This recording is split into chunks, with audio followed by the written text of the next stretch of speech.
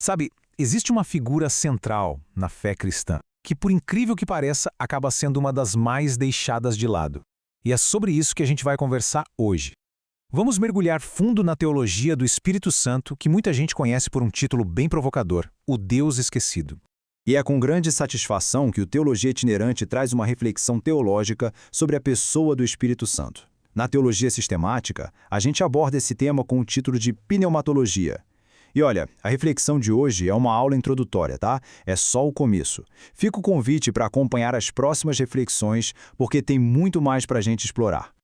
Então, qual vai ser o nosso caminho hoje? Primeiro, a gente vai entender por que esse tema é tão crucial. Depois, vamos fazer uma viagem passando pelo Antigo e pelo Novo Testamento para ver como o Espírito é revelado. Daí, a gente investiga quem ele é, por que ele é chamado de esquecido e, para fechar, qual é o impacto de tudo isso na fé no dia a dia.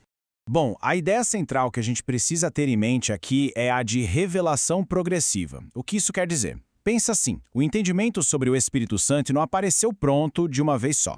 Foi algo que foi se desenrolando, se revelando aos poucos ao longo de toda a história bíblica. Ele é como se fosse o fio condutor que vai conectando tudo. E o nome técnico para a área que estuda isso é pneumatologia. E logo de cara a gente já encontra uma revelação fundamental. O Espírito não é uma coisa, não é uma força, uma energia cósmica, nada disso. As Escrituras são claras em apresentá-lo como uma pessoa divina, a terceira pessoa da Trindade. Ok, vamos voltar lá para o Antigo Testamento. A identidade do Espírito ali não é, digamos, entregue de bandeja com todos os detalhes de uma vez.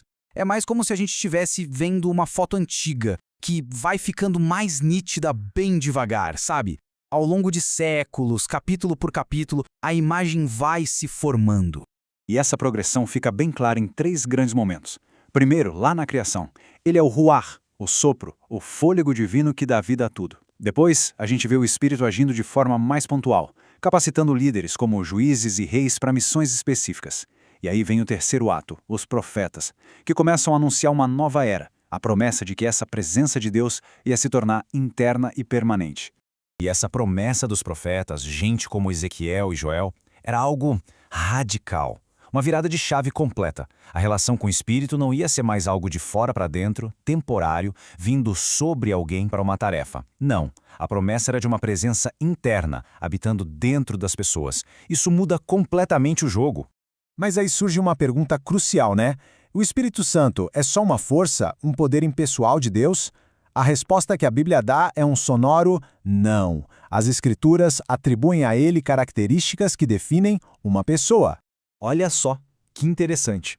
A Bíblia descreve o Espírito com intelecto, porque ele conhece as profundezas de Deus, com vontade própria, porque ele distribui os dons como quer, e até com emoção, já que as Escrituras dizem que ele pode ficar entristecido. Isso tudo são as marcas de uma personalidade. E sobre a divindade dele, não fica nenhuma dúvida. Pega essa passagem do livro de Atos, por exemplo. Mentir para o Espírito Santo é colocado no mesmo patamar de mentir para o próprio Deus. Mais claro que isso, impossível. E aí a gente chega no Novo Testamento. E é aqui que aquela foto que estava embaçada fica em alta definição. É o ápice da revelação. A imagem do Espírito se torna totalmente nítida. E tudo começa com a vida do próprio Jesus Cristo. Pensa bem, o Espírito é o agente ativo em cada momento-chave. É ele quem possibilita a encarnação. É ele quem unge Jesus no batismo, capacitando-o para o ministério. E no final, é ele o poder por trás da ressurreição, o selo de validação de todo o sacrifício. Depois que Cristo sobe aos céus, o livro de Atos conta a história do nascimento da igreja. E nessa história, o Espírito Santo não é um coadjuvante, não. Ele é o protagonista. É ele quem guia, quem capacita, quem impulsiona cada passo da missão. E esse trabalho todo não parou lá atrás. Ele continua hoje, através do papel do Espírito como o Paracletos. É uma palavra grega riquíssima. Significa consolador, advogado, aquele que está ao lado, que convence, que guia, que intercede por quem crê. O que nos leva de volta àquela pergunta do início. Se o Espírito é tão fundamental assim, por que raios ele é tão frequentemente chamado de o Deus Esquecido? Bom, a análise teológica aponta para três razões principais. A primeira tem a ver com a própria missão dele, que é glorificar a Cristo e não a si mesmo.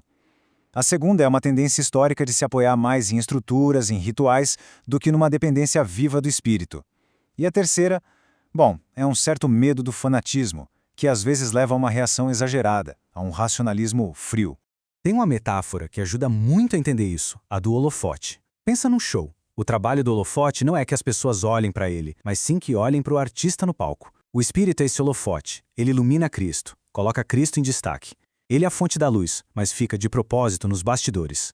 Certo. E na prática, qual o impacto disso tudo para a fé, hoje, agora? A verdade é que entender o papel do Espírito Santo muda o jogo, transforma completamente a maneira como a fé é vivida. Porque o risco de negligenciar o Espírito Santo é gigante. E essa frase aqui resume tudo de forma brilhante. Sem o Espírito, a teologia vira só ideologia, a liturgia vira teatro e a missão vira mera propaganda. E é aqui que a gente chega na reflexão final, no ponto central. O entendimento correto do Espírito Santo muda o centro de gravidade da fé. Ela deixa de ser uma lista de coisas que se faz, baseado no esforço humano, e passa a ser algo que se vive, em total dependência e pela graça de Deus. Bom, e com essa reflexão a gente fecha esta introdução ao Deus esquecido. O tema tratado neste material está disponível em áudio e em e-book. Então, para adquirir o seu exemplar, basta entrar em contato pelos canais oficiais. Para saber como, é só dar uma olhada na descrição aqui embaixo. Obrigado por acompanhar a gente nessa jornada.